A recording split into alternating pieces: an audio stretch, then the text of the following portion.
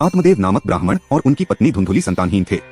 आत्मदेव ने पुत्र प्राप्ति के लिए कठोर तप किया, जिससे प्रसन्न होकर एक देवदूत ने उन्हें पुत्र काम फल दिया और कहा, इसे अपनी पत्नी को देना, तुम्हें पुत्र प्राप्त होगा। परंतु धुंधुली ने गर्भधारण के कष्ट के भय से वह फल स्वयं नहीं खाया और उसे अपनी गाय को खिला दिया, जिससे गाय गर्भवती होकर एक दिव्य बालक को जन्म देती है, गोकर्ण। उसका शरीर मनुष्य का था, किंतु कान गाय जैसे थे, इसलिए उसका नाम गोकर्ण पड़ा।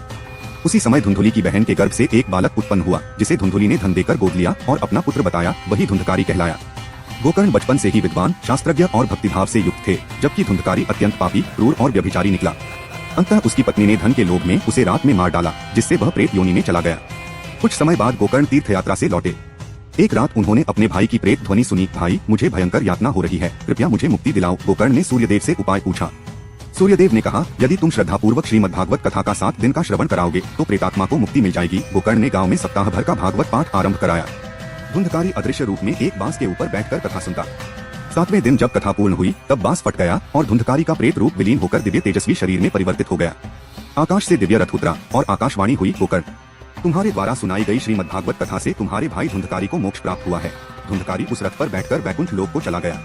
इस प्रकार गोकर्ण ने भागवत श्रवण के माध्यम से अपने भाई को प्रेत योनि से मुक्त कर मोक्ष दिलाया।